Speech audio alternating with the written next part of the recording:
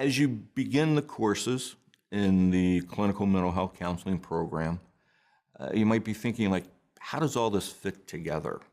What's going to happen? The first year is a year where we're really teaching you those more foundational knowledge and skill components of what it means to be a professional counselor. You have the basic courses of what is mental health counseling, a basic understanding of how unique and diverse people are, basic understanding of research, statistics. That foundational base in that first year then gets developed and refined in the second year, where you learn more technical skills on how to comprehensively understand people, to understand diagnosis, to understand treatment, understand how to work with groups. And so you're really building on that foundation with more of a focus on the skill level of what do I do. The third year is actually predominantly focused on your practicum and internship, and that takes up 3 semesters. It's a full year, and that's actually being a counselor, a student, but practicing day in and day out in a professional counseling setting what it means to be a counselor. That will really help pull together your first 2 years. You also have a couple courses that you take in that third year that help in certain areas of specialty, like working with addictions, working with children and families, that will round out your whole program. The first piece of advice that I would give is to breathe deep. I realize that might sound like odd or too simplistic.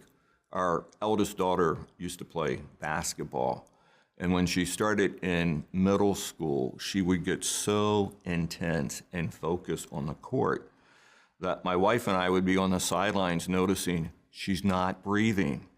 And so we would literally yell from the sidelines, "Breathe deep." It's going to be okay.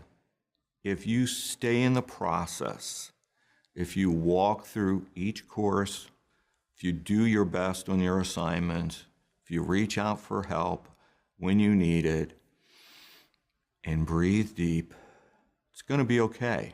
You're going to do well. You need to trust the process. We have thought very deeply about what is the best way to help train students become professional counselors. We have this process. At times it's going to be bumpy. At times you're going to feel anxious. At times it's going to feel overwhelming. Breathe deep. Trust the process. It's going to be okay. I also would encourage you just not to view this about yourself and what you're learning, but get to know your fellow students, your classmates, get to know faculty, especially your advisor. This is an opportunity to build lifelong friendships, lifelong professional networks. This is a time to come together to help each other in this process. The other thing that, especially for graduate students, I like to encourage you to remember, you've lived life. You have knowledge and experiences and skills that you've developed throughout the course of your life.